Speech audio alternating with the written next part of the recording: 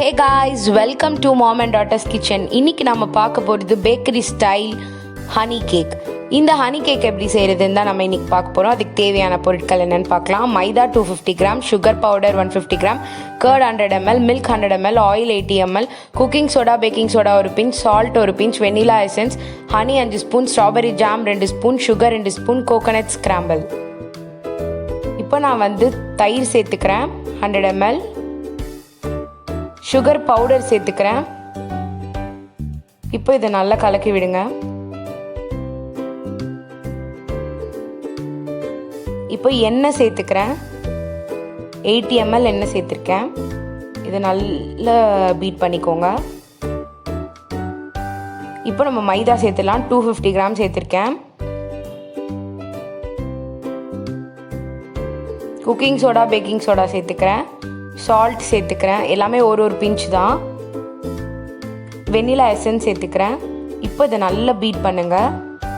நல்லா அந்த மைதாலாம் கட்டி ஆகாமல் நல்லா பீட் பண்ணிக்கிட்டே இருங்க.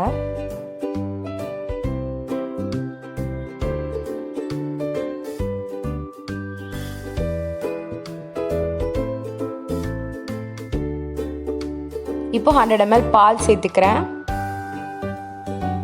நல்லா பீட் பண்ணிக்கலாம்.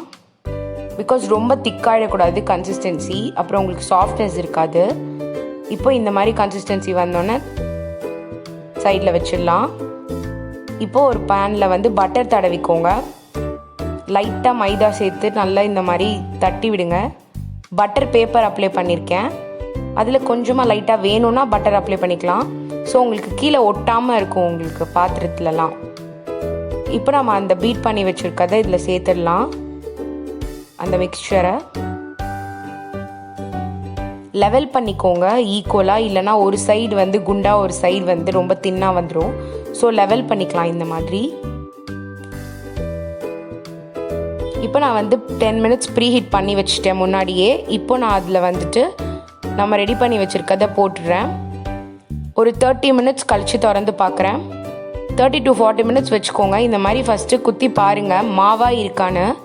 இதில் இல்லை, ஸோ நான் 30 மினிட்ஸ்லேயே எடுத்துட்டேன். உங்களுக்கு மாவாக இருந்துச்சுன்னா இன்னும் ஒரு 10 மினிட்ஸ் மூடி வச்சுடுங்க.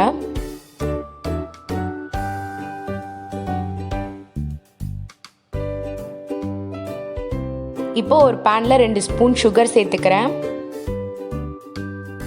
தண்ணி ஊற்றிட்டு நல்லா இந்த மாதிரி கொதி வந்தோடனே 5 ஸ்பூன் ஹனி சேர்த்துக்கலாம்.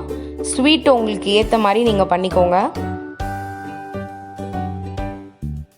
நல்லா இந்த மாதிரி மிக்ஸ் பண்ணுங்கள். நம்ம ஹனி சிரப்பும் ஸ்ட்ராபெரி ஜாம் சிரப்பும் தான் நம்ம ரெடி பண்ண போகிறோம். நல்லா இந்த மாதிரி கொதி வர வரைக்கும் நல்லா இது பண்ணிகிட்டே இருங்க.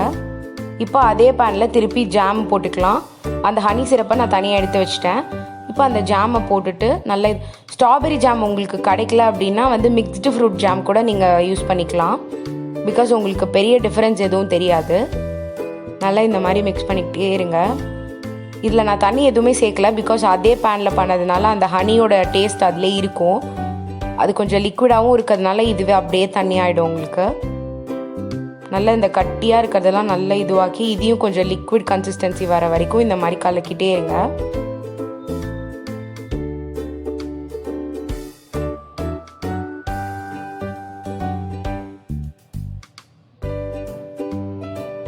இப்போ நம்ம அந்த கேக்கில் இருந்து பின்னாடி அந்த பட்டர் பேப்பர் எடுத்துடலாம். அந்த ஜாம் ரெடி ஆயிடுச்சு.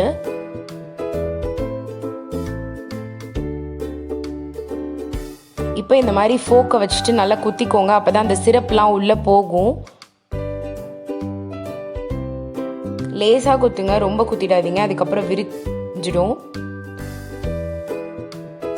இந்த மாதிரி ஃபோக் யூஸ் பண்ண வேணாம்னு நினச்சிங்கன்னா இந்த மாதிரி இந்த டூத் பிக் வச்சு கூட நீங்கள் குத்திக்கலாம். இப்போ நான் ஃபஸ்ட்டு அந்த ஹனி சிரப்பு போட்டுடுறேன். அந்த சுகரும் ஹனியும் போட்டதை நல்லா உள்ள வரையும் இறங்கணும். ஸோ அதனால் நிறைய அப்ளை பண்ணிக்கோங்க. அதான் நான் அந்த 2 ஸ்பூன் சுகர் போட்டேன். அதுக்கப்புறம் 5 ஸ்பூன் ஹனி சேர்த்துருக்கேன். ஸோ நீங்கள் உங்களுக்கு ஸ்வீட்னஸ்க்கு ஏற்ற நீங்கள் போட்டுக்கலாம்.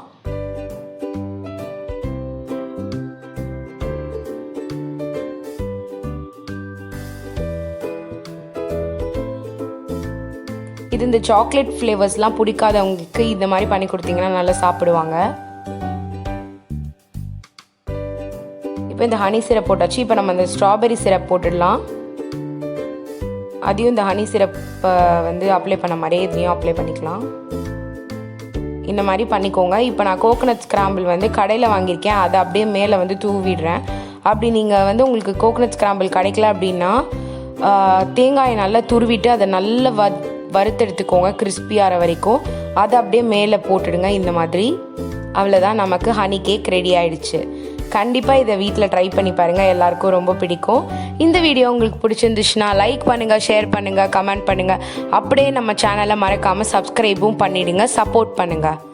தேங்க்யூ.